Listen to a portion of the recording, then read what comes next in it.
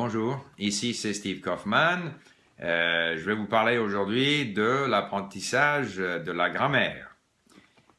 Comment on apprend les règles de grammaire, de mon avis.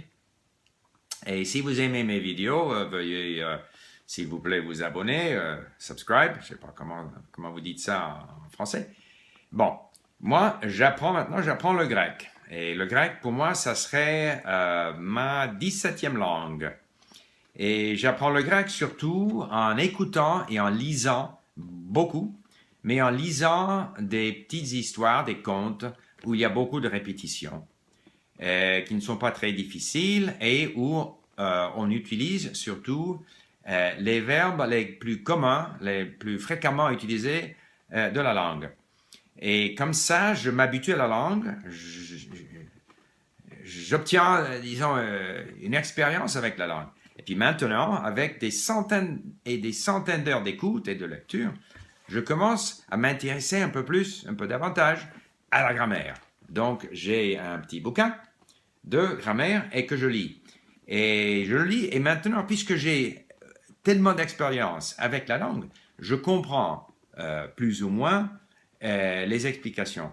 Parce que ça se réfère à des choses, des phénomènes que j'ai pu observer dans la langue pendant toute l'écoute et la lecture que j'ai fait. Et pour moi, c'est comme ça qu'on apprend la grammaire, parce qu'il y a même un proverbe, c'est du suffitisme, c'est une espèce de philosophie musulmane qui dit on ne peut apprendre que ce qu'on sait déjà. Donc, si on a déjà de l'expérience avec la langue, ben les explications de grammaire font du sens et on a la possibilité de les retenir et puis de pouvoir les utiliser dans sa lecture et puis quand on parle la langue. Et d'ailleurs, je suis toujours en faveur de livres de grammaire où il y a des explications et des exemples, mais pas d'exercice. Je ne fais pas d'exercice de grammaire, je trouve ça ennuyeux et je ne trouve pas que ça m'aide. Mais j'achète des livres de grammaire qui sont aussi minces que possible. Voilà, pour l'italien et pour le français, et voilà. Et même pour le tchèque que j'ai acheté quand j'étais à Prague. Mais c'est comme ça que j'utilise ces petits bouquins. C'est comme un livre de référence après que j'ai obtenu suffisamment d'expérience avec la langue. C'est pourquoi je ne suis pas un grand amateur d'assimile, bien que j'en ai 4. Et c'est parce que assimile confond un peu. Il y a du contenu donc qu'on peut écouter et lire. Il y a des exercices, il y a des explications de grammaire, et puis tout confondu.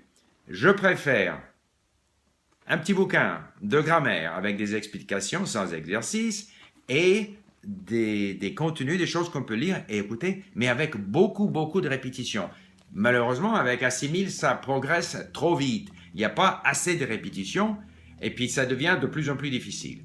Moi, je préfère, au début, et c'est comme ce que j'ai fait avec le grec, on a ces petites histoires, ces petits contes avec beaucoup de répétitions que j'écoute. Et dans chaque histoire, il y a 3 sections. Donc l'histoire, puis ensuite l'histoire racontée d'un autre point de vue. Donc je, ensuite lui, enfin ensuite des questions. Et toujours on reprend les mêmes termes et puis les mêmes formes grammaticales. Et ça me permet comment dirais-je, de me former une idée de comment fonctionne la langue avant que je me lance dans des choses plus difficiles. Bon, ça, combiné avec donc un petit livre de grammaire, pour moi, c'est la façon qu'on apprend la grammaire. On s'expose à la langue, on prend de l'expérience avec la langue, et par la suite, on va chercher les explications pour des phénomènes qu'on a déjà su. Voilà. Eh bien, voilà, c'est comme ça que je fais. Oh ouais, j'allais ajouter que, bon, moi, ça m'intéresse, donc j'achète des livres de grammaire, même pour des langues où je n'en ai pas besoin.